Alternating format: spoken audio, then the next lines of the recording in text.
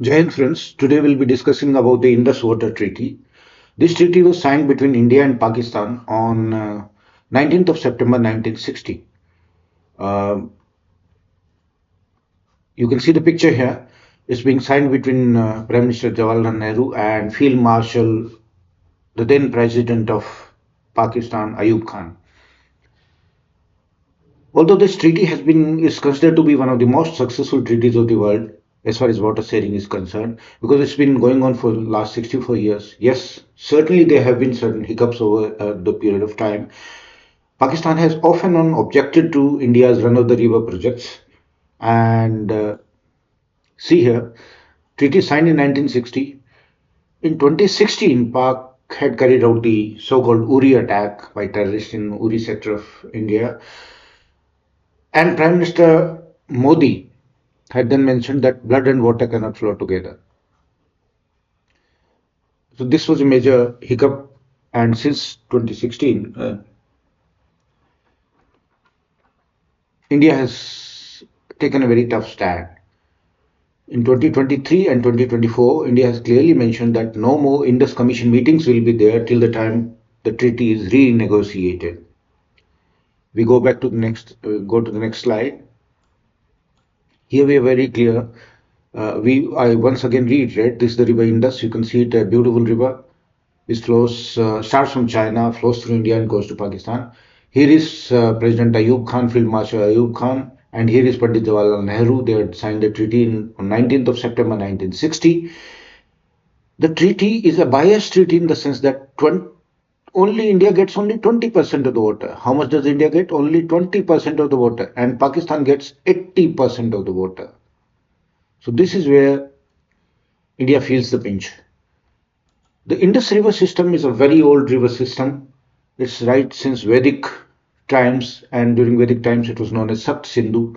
Sapt Sindhu because Sapt stands for seven. There were seven rivers at that particular time. Presently only there are six rivers because the river Saraswati is no more in existence. It has disappeared over the ages, or it has dried up over the years. The first river is Sindhu, also known as the Indus now. The second river during those times was called as Vitasta River. Presently it is known as Jhelum. The next river was Aksini. Presently it is known as Chenab. Next river was Purushani. Presently it is known as Ravi. Next river was Vipasa. Presently it is known as river Bias. Then was the river Satutri. Presently it is known as Satluj. And one more river used to be flowing, that was river. That river was river Saraswati, which is presently disappeared. The present names of the rivers are very clear. This is river Indus. You can see this with this blue line. Starts from China, comes into India, goes into Pakistan, and flows into Pakistan and goes into the Arabian Sea. Then comes river Chenab. Then is I stand corrected. Then comes river Jhelum. Then is river Chenab. So if we roughly draw a line something like this, these are the western rivers, and these three are the eastern rivers. Ravi, Bias, and Satluj are the eastern rivers. So as per the treaty, Pakistan gets right over all the three western rivers, that is river Indus, Jhelum, and Chenab, and India gets complete water rights over Ravi, Bias, and Satluj.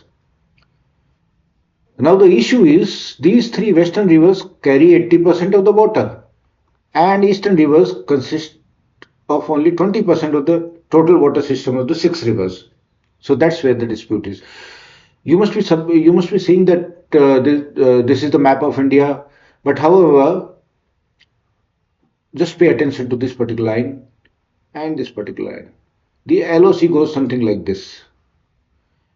This area Excisin is under China, and this area Gilgit-Baltistan is under Pakistan. And some portions here are POK, Pak Occupied Kashmir.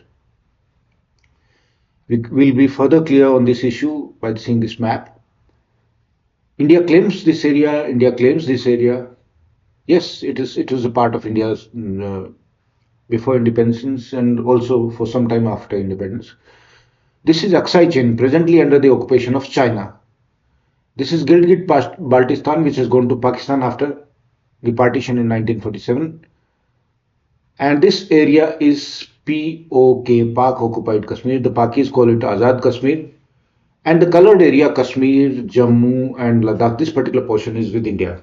So you can correlate it with these rivers as to what portion flows into India and what portion flows into Pakistan. River Indus, it's known as the Sengechu River. Sengechu stands for the Lion River. It's also known as the Lion River. Originates in Tibet from the Mansarovar Lake, and around 200 million people in Pakistan are dependent on this river. We come to the Indus Water Treaty.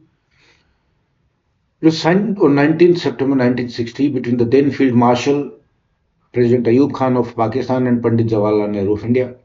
And this treaty was done with the mediation of the World Bank. The left three rivers, or the northwestern three rivers, have gone to Pakistan, and the southeastern or the eastern three rivers have come to India. There has been a disproportionate distribution of water, with India getting only 20% of the water and Pakistan getting around 80% of the water. This pie chart shows the exact distribution of water. You see, India is only getting 20% of the water, although India does have three rivers to its credit, but those three rivers are carrying only 20% of the water. And 80% of the water goes to Pakistan or the western rivers, because the western rivers are the major rivers. Just compare. Pakistan gets 80% of the water of the water systems. Let's compare this with other important other treaties of the world. One of the important treaties of the world was between US and Mexico, the 1944 Water Sharing Pact. US gives Mexico only 10% of the water and keeps 90% of the water with it. Whereas India has been so magnanimous that it gives 80% of the water to Pakistan, which is not justified in my opinion. Let's go further. So the three western rivers which carry, the three eastern rivers which carry lesser water, Ravi, Satluj and Beas are with India. That amounts to 33 million acre feet of water. And the three western rivers, that is river Indus, Chenab and Jhelum, they carry 80 million acre feet of water which goes to Pakistan. Now what are the main provisions of the Indus Water Treaty? The first important provision is that there will be an Indus Water Commission which will hold its meeting annually, every year. The other important provisions are, apart from the permanent commission which we have discussed, the dispute resolution system. There will be a three-step dispute resolution mechanism. In case dispute occurs between India and Pakistan, it will be resolved in three steps. The first step would be, it will go to the permanent commission. The permanent commission and it will be resolved at intergovernmental level. In case it's not resolved at the first step, then a neutral expert would be appointed by the World Bank.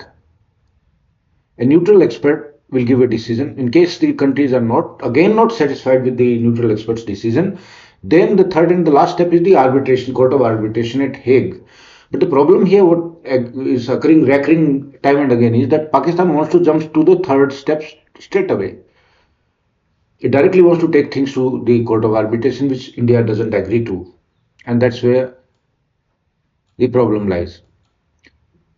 We'll read the timeline of the dispute. In 1948, India had cut off the waters of Pakistan, but subsequently restored it. 1960, after 9 years of negotiation, the treaty was signed with the mediation of the World Bank. 1970, India started building certain hydroelectric power projects which were objected to by Pakistan. 1984, India started constructing the Tulbul Barrage or the Tulbul Navigation Lock on River Jhelum, and Pakistan objected to it and India stopped it unilaterally. We'll further read it as to why was it stopped. Actually, it became a little untenable for India because terrorism had started in J&K. 2007, Pakistan again raised concerns over the Kishan Ganga project. Kishan Ganga is a river on the Yellow Sea, northern side of Indian Kashmir, and it crosses over to Pakistan after crossing the Yellow Sea. We'll discuss and read it later. 2008, Mr. Hafiz Saeed, the chief of the Lashkar-e-Taiba, the terrorist, he said that India is resorting to water terrorism. This was a way of anti-India propaganda. 2010, Pakistan again accused India of choking water supply. And 2016, the terrorists carried out the Uri attack, which India attributed to Pakistan. And yes, it was Pakistan's doing. Prime Minister Narendra Modi said blood and water cannot flow together. From 2016 onwards, India became very tough. And rightly so. They said, if you want water, please stop terrorism. But Pakistan is not ready to stop terrorism. 2023, January, India sent a notice to Pakistan that, look, we want to renegotiate the treaty. And September 2024, India clearly said that we will not be holding the annual meetings again unless the treaty is renegotiated. So this is the present status. India has over the years built large number of hydroelectric power projects on the run-of-the-river projects on the western three rivers, and Pakistan has off and on been objecting to all these. You can read them through this slide. We go further. Now we look at the rivers. The river Indus, you understand, it starts from China, Mansarovar, crosses over to India, then crosses over to Pakistan, flows through almost entire Pakistan, and falls into the Arabian Sea. So after the river Indus comes the river Jhelum. Its origin is at Verinag in the Kashmir Valley. Then comes river Chenab. Its origin is Bara-Lapcha Pass in Himachal Pradesh. Then two of our rivers, Ravi and Bias, both originate closer to the Rohtang Pass. And river Satluj, it again originates from the Rakas Lake or Raksas Lake in Tibet. Tibet is China now, because China has occupied Tibet. So both these Indus and Satluj, they originate from closer to Mansarovar Lake in present-day China. We can see it with the help of a map here. This is the Mansarovar, this is the Kailash range, this is the Mansarovar Lake. Indus River originates here, flows into India, Leh, crosses over, from Kargil it crosses over to Pakistan, then flows into Pak-occupied Kashmir, and then through Pakistan it goes into the Bay of Bengal. Sorry, not Bay of Bengal, Arabian Sea. This is Verinag. Jhelum originates here. Jhelum crosses over to Pakistan, after passing through India, crosses over to Pakistan, meets Chenab, meets Ravi, carries Satluj along with it, and meets river Indus. Then comes Chenab. Chenab starts from the Bara-Lepcha Pass in Himachal Pradesh, moves through India, crosses over to Pakistan. Then again, carrying Ravi, Satluj, it goes into Indus. So these were the three western rivers we have already discussed. They are with Pakistan. These are the western rivers with Pakistan. Then the three eastern rivers which are with India, the first is Ravi, second is Bias, and third is Satluj. Now, Ravi and Bias both start from the Rohtang Pass in Jharkhand, Rohtang Pass in Himalayas. Ravi goes and meets Chenab, Bias goes, meets Satluj, and river Satluj, as we are all aware, starts from the Rakas Lake of closer to Mansarovar. So this was the lay of the rivers. You can further see it and be more clear about it by reading through this slide. Let's see what are the exceptions provided to India for the western three rivers. There are certain exceptions that India can store up to 3.6 million acre feet of water from the western rivers which are with Pakistan, and India can use that water for irrigation of 7 lakh acres of land. But India has not been able to capitalize on this particular concession so far. These are the list of the left bank and the right bank tributaries of river Indus. You can read them on your own time, because if I start reading them, it will become very long lecture. This particular map also represents the left bank or right bank tributaries of river Indus. River Indus is depicted in the thick black line. You can read the tributaries yourself. Let's go down further. This map further clarifies the lay of the rivers. You can read it. Now, disputes raised by Pakistan. Pakistan has been raising disputes mainly on the run of the rivers projects. One of the first projects to which Pakistan raised dispute was the Kishan Ganga project. It's on river Kishan Ganga, which flows closer to the LOC in northern Kashmir. Then Pakistan raised objections to Rattle project on river Chenab. The Rattle project is located in Kishtwar district of J&K. Pakistan further raised objections to the Bagli Har run of the river project on river Chenab. Bagli Har is closer to Ramban.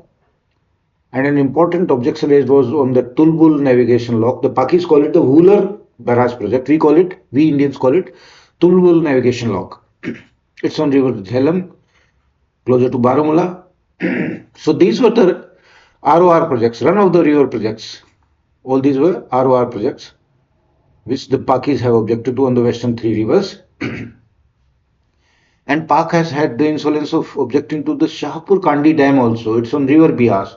And this is an exclusive right of India. This is a part of the eastern river system, which is with India. Shahpur Kandi is closer to Pathankot. We'll see this with the help of this map. See, here is the Kishan Ganga project, which run of the river project to which Pakistan has objected. Another objection is on Pakul Dul run of the river project. Dulhasti is another. These are on Chenab river. Pakul Dul, Dulhasti, these are on Chenab. Kishan Ganga is on river Kishan Ganga, which is known as river Neelam in Pakistan. It's a tributary of Jhelum. We go further. This is the Kishan Ganga project. The Kishan Ganga hydropower project is on river Kishan Ganga. We Indians call it Kishan Ganga river and the Pakis call it Neelam river. It's a tributary of the river Jhelum. And Pak has objected to the design of the river, design of the run of the river project. We'll further understand it with the help of this particular diagram. You can see this red line is the L line of control between India and Pakistan. Neelam river flows like this. Here it crosses the LOC and goes into Pakistan. We call it Kishan Ganga river, the Pakis call it Neelam river. Let's call it Kishan Ganga. The KG river, Kishan Ganga river flows here. Here it crosses into Pakistan. And here is the Kishan Ganga run of the river project. What the project does is it diverts water and puts it into the Wooler Lake. Pak has objected to this. This is the Wooler Lake here in Baramulla district. Further, we understand the Kishan Ganga project with the help of this diagram. This is the river Kishan Ganga, which here it flows into Pakistan. Here India has erected a hydroelectric power project or the run of the river project, and this is the way it is diverting water for generation of hydroelectricity, which is permitted under the IWT, Indus Water Treaty.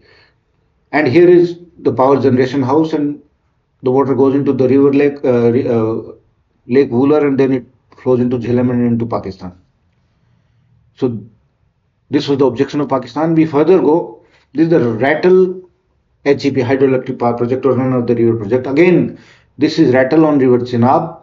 Pak has objected to the design of the project.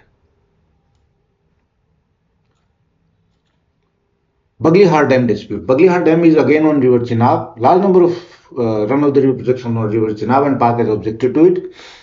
Again, Pakistan has objected to the design of the river of the Bagli Har run of the river project. Bagli Har is located in Kishtwar district here. You can see it. This is the Bagli Har HEP, hydroelectric power project. And one of the most important objections of Pakistan and an important project for India is the Tulbul navigation lock. We call it, Indians call it Tulbul navigation lock, and the Pakis call it Wooler Barrage project. See, we understand it with the help of further slides.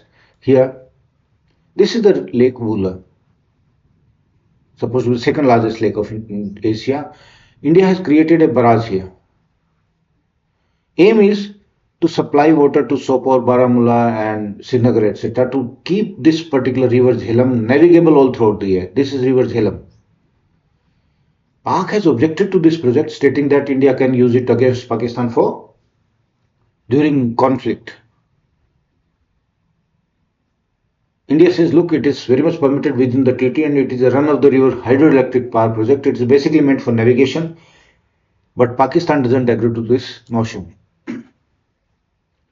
India's aim with the Tulbul navigation project or the Wooler Barrage project, as Pakistan calls it, is year-round navigation between Anantnag, Srinagar and Baramulla and between Sopore and Baramulla.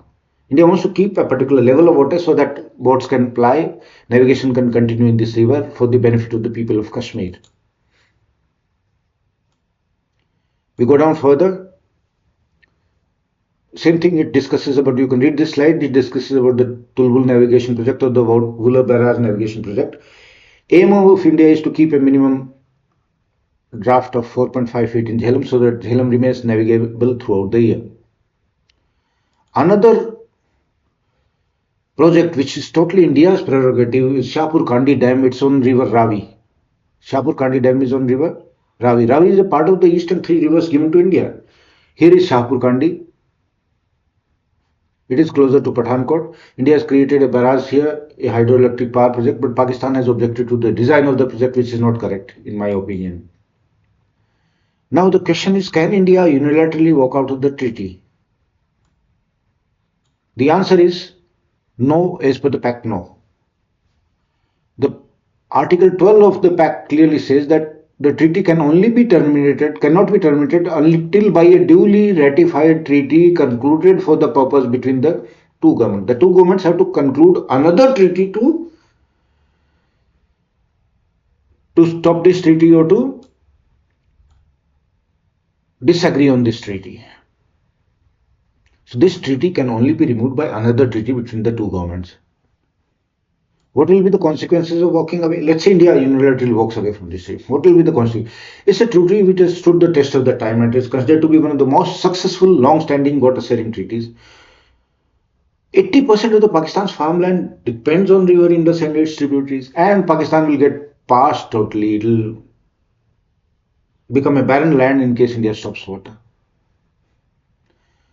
Thirdly, India doesn't have adequate infrastructure to stop the water, to utilize the additional water.